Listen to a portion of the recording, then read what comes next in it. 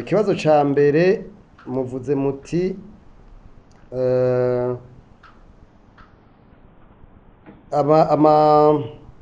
leta yosaba amadeni kugira ngo turabe ko twogira ideni urisaba utaja mu kabare, urisaba utaja kurondera imodoka, ideni siri mu bisanzwe mugabo urevera ukara kw'iryo deni ryakugiriye akamaro. Hanyuma ibi vy'amanuzenya muriko muravuga bijanye no gusaba ideni kugira ngo babone igitoro, leta ntifise ububasha, nyaba mutari mubizi mugene mubimenye. Igihugu kibaze kuba identifié parmi les pays pauvres très endettés, kigabirwa amadeni, kica kija mu byo bita les états fragiles. Umaze kuja muri iyo situation y'ibihugu fragile, nta gihugu na kimwe gishobora guha ideni uriha inyungu, kuko bashobora gufata kuri nk'umugabo yasuruye. Umugabo yasuruye afata ideni iyo bazi ko ari umwizigi, urashobora gusura mugabo utari imbunuza. Mugabo usurira imbunuza nta muntu umwe aguha ideni. Muravyumva? Iyo wasuruye rero mugabo ukaba ufise ubwizigirwa, usanga abantu bashaka kwizigira bakaguha ideni. Mugabo ideni baguhaye naryo baca ucurijana mu bintu bishobora gutuma utunga. Twebwe rero mu Burundi muri 2008 baraduhiye ideni, baduhaye amadeni aja mu bisata bigira. Hanyuma mu parmi les conditions rero ufata ideni rifise ico bita délai de grâce 10 ans, kandi ugashofata ideni sur 30 kandi rifise inyungu nto. Ni vyo situation Burundi burimo, nyamba mutari mubizi. Ivyo rero turashobora gufata ideni byinshi ibintu bibara nk'application ifashanyo, ivyo bita les dons. Aho rero twebwe twira dufata ideni nuko tuca tuyajana amafaranga kuyateza imbere, tuguteza imbere ibisata tugomba kubigira. Ivyo rero birashoboka, mugabo bikoshoboka mwayo makuru ntemeje kukubwira, nibaza ko cyumvikana cyako igishunda guhaye. Ikibazo ca kabiri mwavuze njyewe nico nita conséquence yo kutaduza umwimbu, ingaruka mbi zo kutaduza umwimbu. Ibi vy'amaruwaye urumva vyaciye bibunyurwa nk'ibi vy'amaruwaye n'amantuze n'abakongomani baje kubera intambara yabaye, kandi abazana amadolari malgré ko babujije yuko amaze apangwa mu madolari.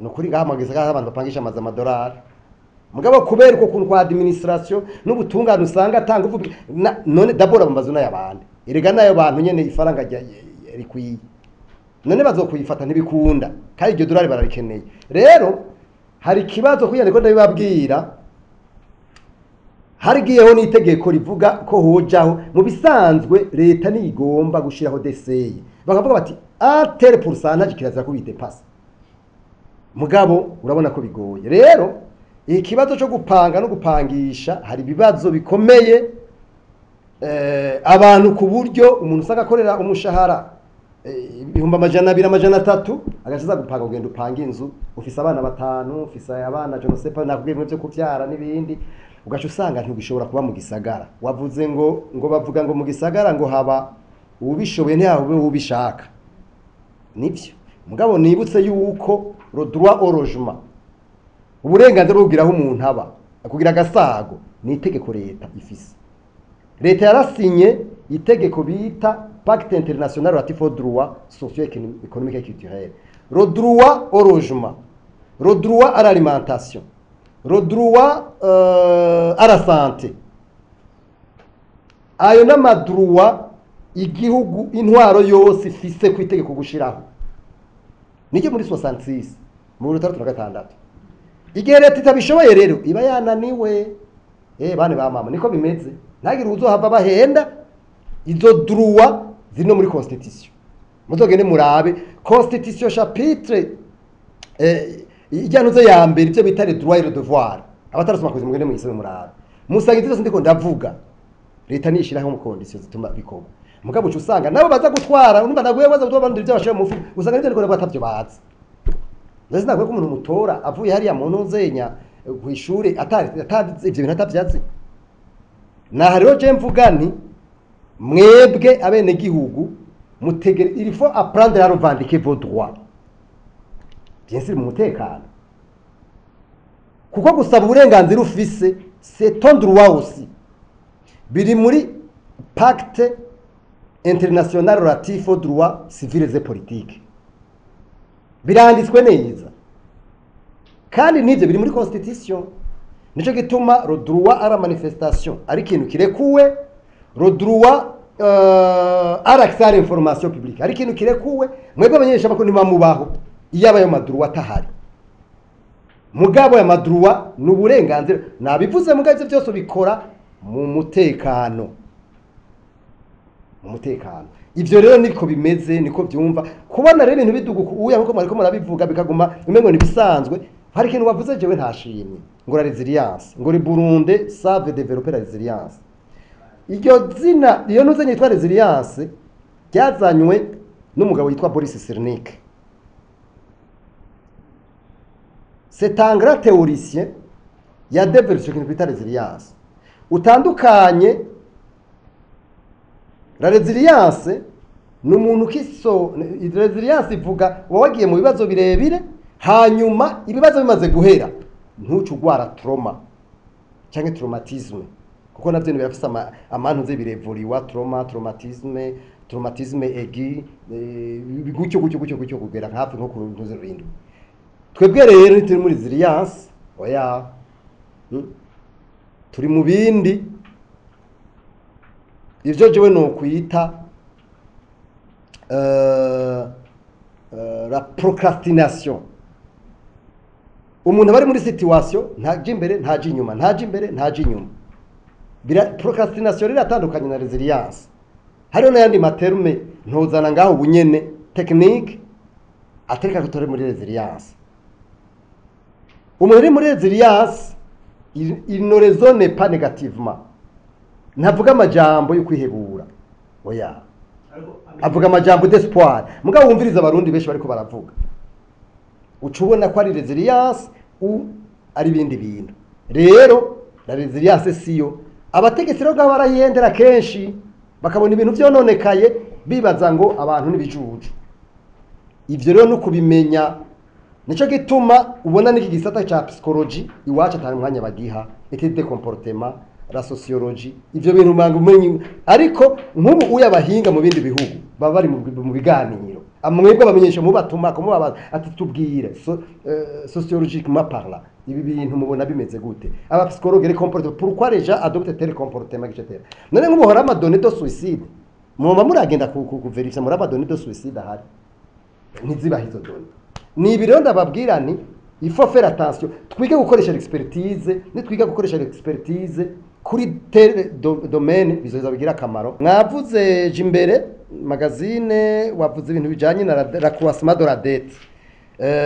Uvuga uti mbega uti ahubwo turavye ni vision uti yidugije incuro hafi 10 ingene amadeni yagiye araduga. Nivyo nukuri ati none vyogenda gute kugira ngo ivyo bintu bigabanuke.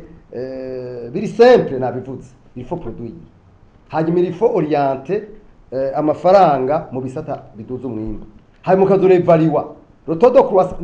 Mfata kandi karo gasanzwe eraba rotodo croissance économique iri kuri gatatu selon les données du ministère des finances. Roto de fécondité ingene abantu bavyara iri kuri 3.1.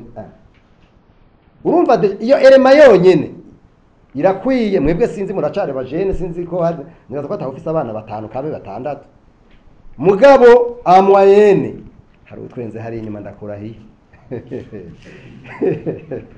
ash ndababwije ukuri amadini ahindure amadini mu bantu bishi ibintu barimwo babwira ngo nibavyare uko no muri famille bikagenda uko ngo nivyo kuvyara c'est bon mugabo kuvyara abana baja mwibarabara navyo nibaza yuko nicari icaha. Kuvyarira ibarabara ni ishaha nacone. Rero twebwe turavye ibi bintu dogo abantu iminwa ifungura ni myinshi cyane gusumba umwimbo wabonetse. Uravye toto croissance de 3%, toto croissance économique na toto fécondité 3 nibirenga. Urumva ko ivyo bidasaba kurinda kuba economiste expert kugira ngo utore yuko ubutunzi budashobora kuduga umwimbo uduga kuko rugero no kuvyara biduga kuko rugero kuko ni minwe ifungura kandi abo rero barafungura baronderaho baba ama infrastructure urazi nka pression iri ku ma infrastructure publique, amabarabara, amazu, ibitaro, wibaza urumva iyo pression.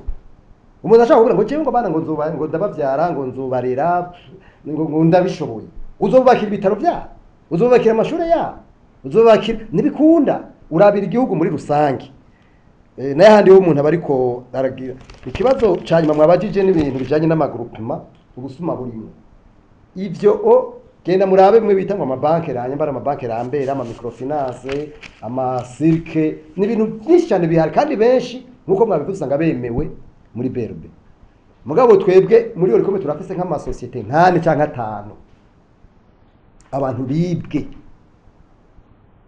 Ivyo rero encore une fois le fonctionnement y'igihugu ni d'une manière globale.